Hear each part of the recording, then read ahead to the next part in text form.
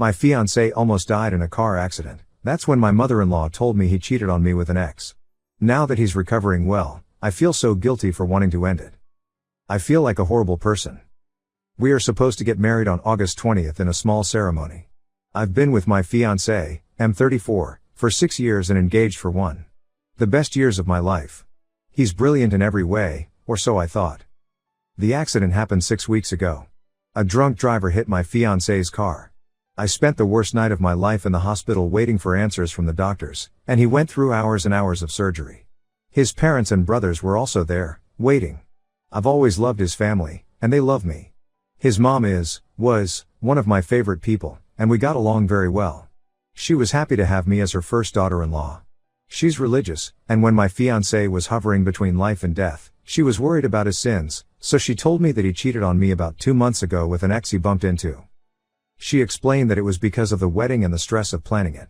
Apparently, I've been both stressed out and stressing him out. He had a weak moment, it was a one-time thing, and he regretted it so much. He asked his parents for advice on what to do, and they told him not to say anything. As long as he's remorseful and as long as it was me he wanted, he should forget about what he did and move on. His whole family knew. After the hospital, he moved back to his parents' house because we live in a flat without lifts.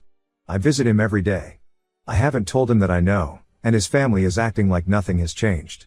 They're very happy he's doing better, and understandably so, and my presence by his side is very helpful, according to him and his family.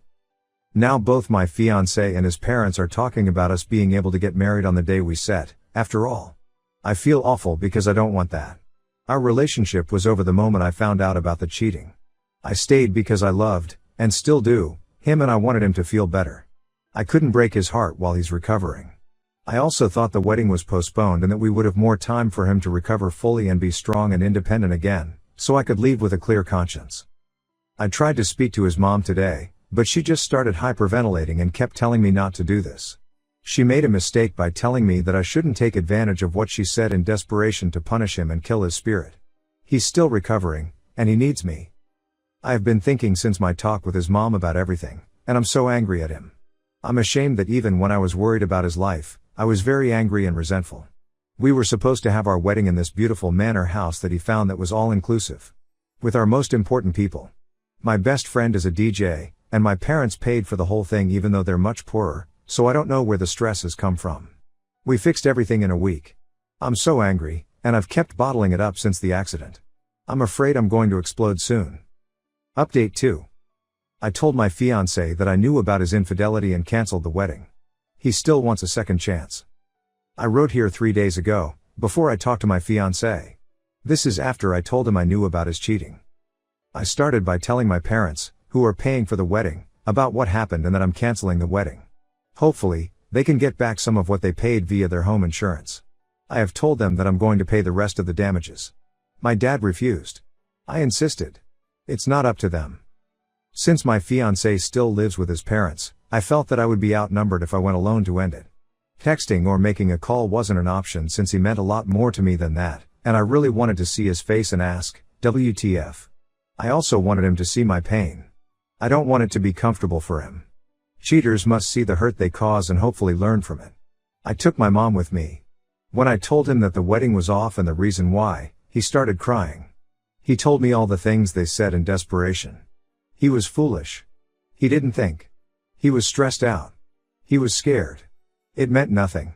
He regretted it. He didn't want to tell me because it meant nothing, and he didn't want to hurt me. I should give him a chance to prove himself and his loyalty. He can ask his parents to pay for the wedding. We can postpone the wedding indefinitely. I can take the apartment, and he will live with his parents. As long as it takes for me to forgive him.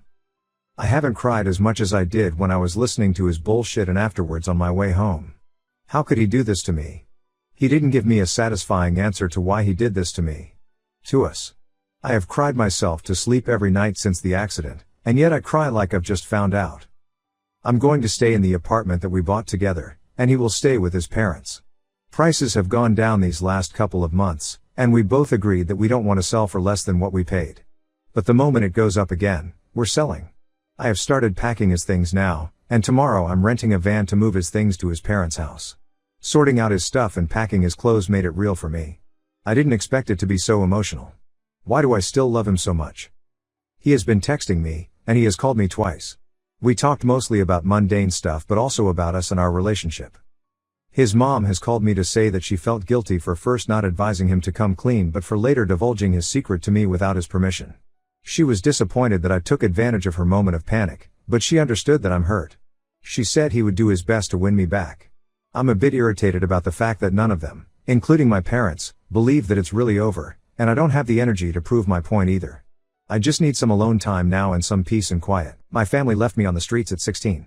Now, 30 years later, they want to make up for lost time. Okay, as a mild lurker on Reddit, I thought I would share my story and the newest development in my life after 30 years. It might be a bit long, but I will do my very best to give you context without too much fluff. I hope this is the right sub. So I lost my mom when I was 12 to breast cancer. So that just left me and my dad. It was a tough time, but we got through it together. When I was 14, my dad met and married my stepmother Ashley, who brought with her my stepbrother Mark, 14, and stepsister Emily, 12. I got along with Ashley and Emily really well, but with Mark, not so much so. He and I were away, getting into arguments and fights. I was always told by my dad to give Mark a break because he's been the man of his house for a while. So this is all new. Like somehow it wasn't new to me? Anyway, when I was 15, I met a girl at school named Lisa, and we started dating. As much as one can date at 15. However, Mark apparently had a crush on her and was so mad that I asked her out. He started a fight over it, in which my dad had to intervene once again. And somehow I was again made to be the bad guy. One day after my 16th birthday, my stepmom was putting away my laundry and started yelling. Which was awkward because my girlfriend Lisa was there. We all ran, thinking the worst. When we got to my room, my stepmom was holding several pairs of my sister's underwear and yelling at me why they were in my drawer. I had no answer, as I'd never seen them before. Of course, no one believed me. No matter how much protesting I did, then Mark piped up, saying he always caught me staring at his sister, thinking it was creepy, and caught me once saying I wish I could marry her.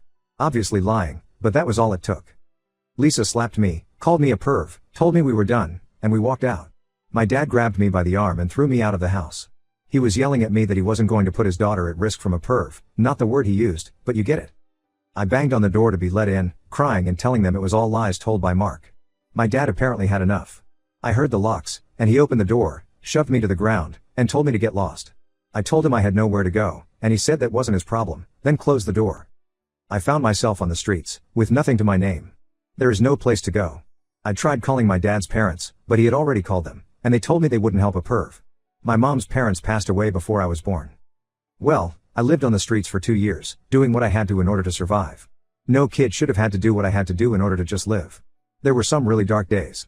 Lots of therapy later in life helped me with this.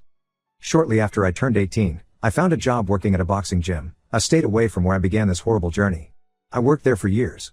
I learned the sport. I'm never going to beat Mike Tyson, but I was good at it, which helped me with my hate and anger. Then one day I met a new girl, Ame, 20, at the cafe down the street from the gym. At this point, I was 35, I know, a huge age gap, but we just clicked. I don't believe in fate, soulmates, or anything like that, but if there is such a thing, we have it. I don't know how else to put it. We dated for 2 years and then got married. Her dad was an electrician and hired me on afterwards. I think mostly to know I would be able to support his daughter and know I was doing right by her, but also in case he needed to keep me in check. He never said this, but as a dad, I get it now. Well, 15 years later, we are still together with 4 beautiful daughters. I just passed my master's license as an electrician. Thanks to my wife for pushing me to get my GED. She has been my rock, my cheerleader, and my all-around support through this all, and I can't tell her enough how much she changed my life and how much I love her. Anyway, sorry for the tangent. So just this past weekend, I received an email from my stepsister. I'm not sure how she got my email address, but I know it isn't hard via the internet, not like I've been hiding. Mind you, I'm now pushing 53, so it's been 30 plus years since I've heard from any of them. It was a long email. I'm not going to give you all of it, but the meat of it is that they now know what really happened. Mark, I guess, was busy drinking with his buddies on Friday, and somehow my name was mentioned. Mark, I guess, started bragging about how he set me up and took my girl. Yup, Mark and Lisa got together married, all those years ago. They were all laughing, hoping I died on the streets. A bunch of rude and vile stuff. I guess he forgot Lisa was there, and she heard it all. So she called my stepsister to let her know, and so Emily spent all weekend trying to find me. Like I said, the email was long. Short of it, they want to apologize face to face, although it was already said in the email multiple times, and make up for lost time. I'm, however, indifferent to the idea. I have no ill feelings towards her. She was obviously young and had no real say in the matter. But with lots and lots of therapy, I learned to let go of that hate and anger. As well, with all the love I receive from my wife, kids, and in-laws, it's all I really need. I'm into the idea of just deleting the email and moving on like nothing happened. My wife thinks I should at least respond back, even if to say something snarky like, "Thanks for finally believing me. It only took over 30 years. Did I mention my wife has a mean or petty streak to her? She's awesome. I'm not asking for advice, I just wanted to share my story. There is a boxing quote that I have up in my house that reminds me every day. To see a man beaten not by a better man but by himself is a tragedy.